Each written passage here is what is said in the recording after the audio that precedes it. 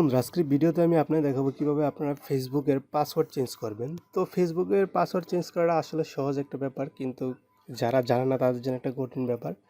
তো কিভাবে ফেসবুকের পাসওয়ার্ডটা চেঞ্জ করবেন সেটা আজকে দেখাবো। তো যদি ভিডিওটি ভালো লাগে অবশ্যই চ্যানেলটি সাবস্ক্রাইব করবেন এবং পাশে থাকা নোটিফিকেশন বেল আইকন ক্লিক করে দিবেন, যাতে এই ধরনের ভিডিও আপলোড দিলে আপনারা সাথে সাথে পেতে পারেন। তো বন্ধুরা, ফেসবুকের পাসওয়ার্ড চেঞ্জ করার জন্য আমরা ব্যবহার করতেছি ফেসবুক যে অফিসিয়াল প্লে স্টোর অ্যাপ আছে সেই অ্যাপ। তো সেই অ্যাপে ওপেন করার পরে আমরা এখান থেকে থ্রি লাইনে ক্লিক করব। ক্লিক করার পরে এখান থেকে আমরা সেটিং অ্যান্ড প্রাইভেসিতে চলে যাব। তারপরে এখান থেকে সেটিংয়ে চলে যাব। তো সেটিংয়ে আসার পরে এখানে দেখতে পাচ্ছেন পাসওয়ার্ড অ্যান্ড সিকিউরিটি। তো আমরা এখানে পাসওয়ার্ড অ্যান্ড সিকিউরিটিতে চলে গেলাম। তারপর লগ ইন দেখতে পাচ্ছেন এখানে চেঞ্জ পাসওয়ার্ড। তো এখানে দেখতে পাচ্ছেন current password, new password, retype new password. তো এখানে কারেন্ট পাসওয়ার্ড, তো কারেন্ট পাসওয়ার্ড কোনটা? কারেন্ট পাসওয়ার্ড হলো আমাদের ফেসবুক অ্যাকাউন্টের আগে যে পাসওয়ার্ডটা ছিল সেটা হলো আমাদের কারেন্ট পাসওয়ার্ড।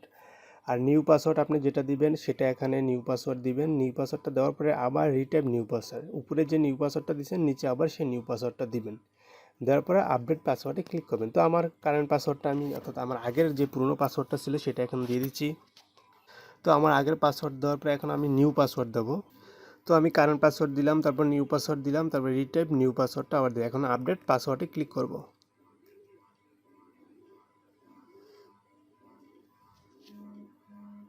তো দেখতে পাচ্ছেন লগ আউট, দেখতে পাচ্ছেন আমাদের পাসওয়ার্ড, দেখেন এখানে লেখা আছে আমাদের পাসওয়ার্ড কিন্তু অলরেডি চেঞ্জ হয়ে গেছে।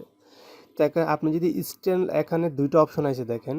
তো এটা আমরা সবসময় ভুল করি, কারণ আমরা পাসওয়ার্ডটা চেঞ্জই করি যাতে আদার্স কারো ডিভাইসে যদি ভুলে লগ ইন হয়ে থাকে সেখান থেকে যাতে লগ আউট হয়ে যায়, কিন্তু আমরা এখানে ভুল করি। সেই ভুলটা আজকের থেকে আর আপনাদের হবে না।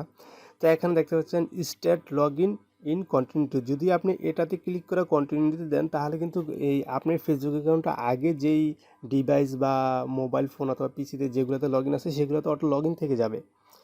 তো আপনি পাসওয়ার্ডটা চেঞ্জ করছেন যাতে আপনার অ্যাকাউন্টটা যাতে সুরক্ষিত থাকে। তো আপনারা কী করবেন, এই রিভিউ আদার্স ডিভাইস এখানে ক্লিক করবেন, জাস্ট তারপর কন্টিনিউতে ক্লিক করবেন। এই রিভিউ আদার্স ডিভাইস দেখা হলে কী হবে, কন্টিনিউতে ক্লিক করলাম।